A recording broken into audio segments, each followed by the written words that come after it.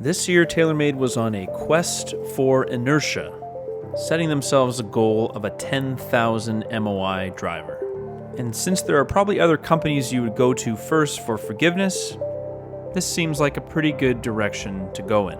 Overall, I don't mind the name. I think it's pretty good. The only thing I would say about it is the LS model and the standard Qi10 model actually don't have a MOI number approaching 10,000 at all. They're basically as stable and forgiving as Stealth 2 Plus and Stealth were.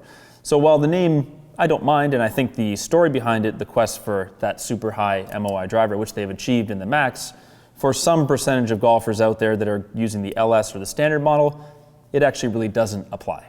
Now, let's be honest, the name ultimately isn't really all that important, and I think the appearance of the driver has improved quite significantly from Stealth 2 and certainly from Stealth. It's still a very tailor-made shaped driver. I think the shaping on the sole, the inertia generator that was introduced with the original Sim model, the weight at the back, the speed pocket, carbon face, all the things that you sort of associate with a Taylormade driver are still there. I just think they've done a better job with the color scheme, some of the finish choices, and just the overall shape of the head. I think this is probably one of the best looking Taylormade drivers that I've seen probably in the last at least 6 or 7 years. Now, these drivers have just been released this morning, and we have a whole season to test the various models, different lofts, shafts, settings, all kinds of things to really put this driver through its paces. For today, I'm going to introduce it to you by testing the model that would fit me the best, which is the LS model. According to sort of how Taylormade has shown us with some of their measurements, this should be one of the lowest spin drivers that they've ever made. Today's test is going to consist of 3 different parts. First, I'm going to configure the driver in a fairly stock standard setup. Loft is right at 9 degrees, using one of Taylormade's stock shafts, and haven't really changed the sliding weight either. Oh, come on. Oh boy. Squeezed that one obviously a little bit, didn't really hit up on it much, and had some shaft lean. So I didn't launch it very high. Strike was pretty good. I don't usually see a launch angle that low and the ability to keep spin that low as well. So as I said, I'd like to hit up on it a little bit more to get the launch angle up, but it's interesting to see the spin be so controlled on a little bit of a steeper angle of attack, let's call it, and the ball speed be that high. It's a little better, I think. Yes, it is. Ooh, jeez. This is showing up so far.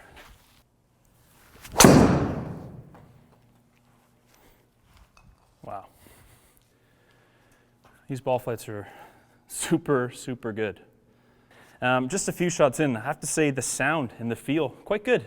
It seems to me like it may be a little bit brighter sound, maybe a little bit less dull.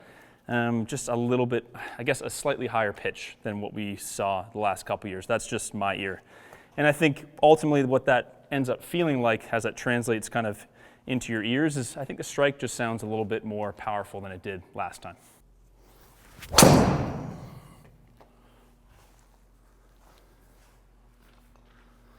Good. Again, a little bit of a low strike, but blame that more on me. Driver's doing really well. If you watch the video that I made about the new Callaway driver, average ball speed on the whole video, I'm still going to hit some more obviously, was around that 181.5, 182 mark, and did have a couple spiking up at 185 or so. So you probably have noticed I wasn't swinging quite as hard yet as I was in that video, so let me add a little bit more effort to the equation. Let's see if this is capable of the 185 that I saw from the new Smoke. It's definitely capable. 184.5. Kind of towed it, to be honest. It's a little on the heel. 93.7. I think the twist face is helping me with some of these crappy strikes. I've towed a few. I've just healed the crap out of that one. Ooh, that's a good drive there. Oh boy.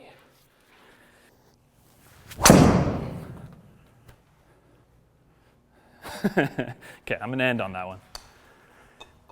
because any more than that and it just becomes silly amounts of effort. That was a very firm swing. And the ball speed's crazy. I don't know if I peaked at 129 to be fair with the smoke. I might have been 128 peak, but it's extremely fast. Driver's extremely fast. Yeah, a 183 average ball speed.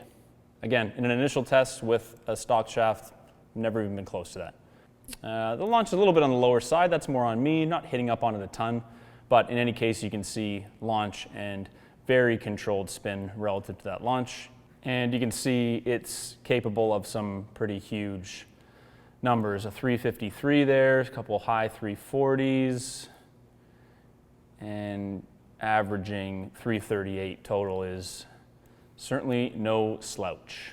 The super high ball speeds and some of these crazy drives are, I think, a nice indication of what the driver is capable of. But I mean, for me, how I really assess a driver's, I guess, performance is it something I would consider actually playing some real golf with? And I think probably for the first time in quite some time with a Taylormade driver, I would say that is definitely the case.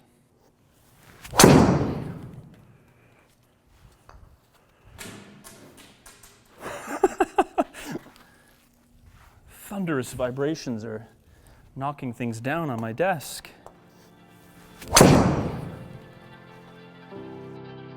Numbers for the initial test, very impressive. Then I will tune it up a little bit, loft it down, maybe mess with the sliding weight, change the shaft, and probably take some pretty mighty whacks with it and see if I can push myself to a personal best. Now for reference, I have never achieved 190 mile an hour ball speed with any driver ever.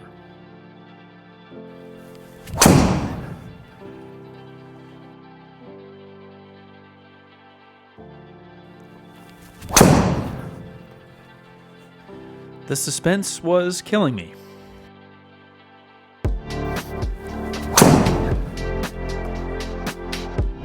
But not for too long.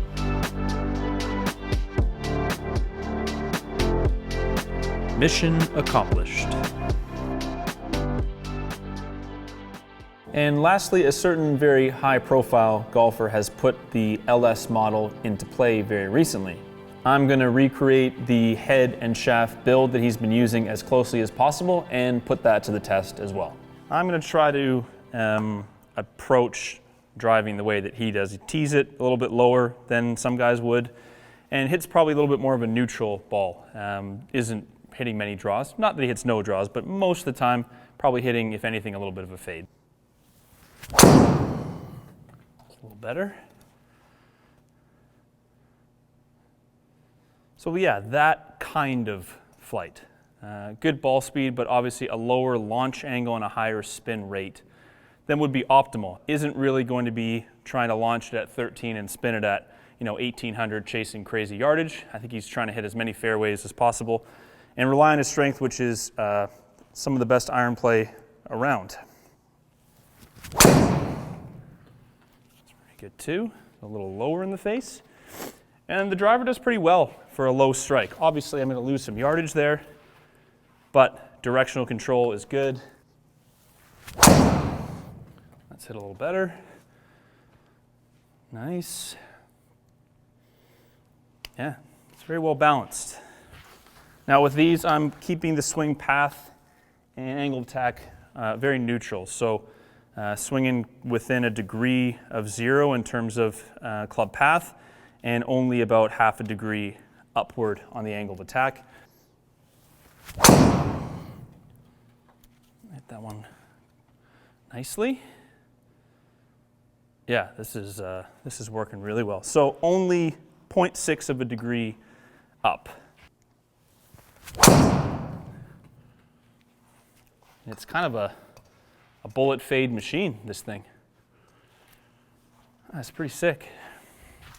So let's just say those are a little more cruising speed, kind of the fairway finder that we'll see the big cat play on a regular basis. But we've definitely seen him go after a few and get well into the 80s, 180s of ball speed. So, ooh. Yeah, that's awfully nice. Higher launch, lower spin, a little bit of a draw. I think at 15, 16 yards more carry there. And I think Tiger in the past has played a lot of Mitsubishi shaft, a lot of Diamana models, which are kind of like famous for being very stable, but just feeling quite good. And in this case and in that case, I think it's just something that doesn't feel overly stiff, but performs stiff. And I think I'm getting a very similar experience here. And then when it comes to the head, we know that this LS version technically isn't really any more forgiving than Stealth 2 was. Now, the Max version and the core versions of the Qi10, yeah, they have a higher MOI. If you don't need to reduce spin, then you probably would be better off going with one of the more forgiving models because you can take advantage of that higher MOI, better forgiveness on strike, even more so than this head would have. For Tiger specifically, I can see why he needs this head. As we talked about, he's almost likely to be hitting slightly down on the driver or really level, trying to produce fades. And when you do that flight, obviously with all things being equal, you're going to produce quite a lot of spin, and then you need the driver design to actually bring that spin back down.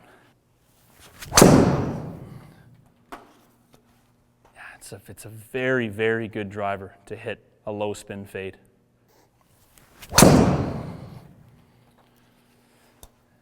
Yeah, I like the setup a lot. I would say the Qi10 has made a great initial impression. Looks good, sounds good, is good.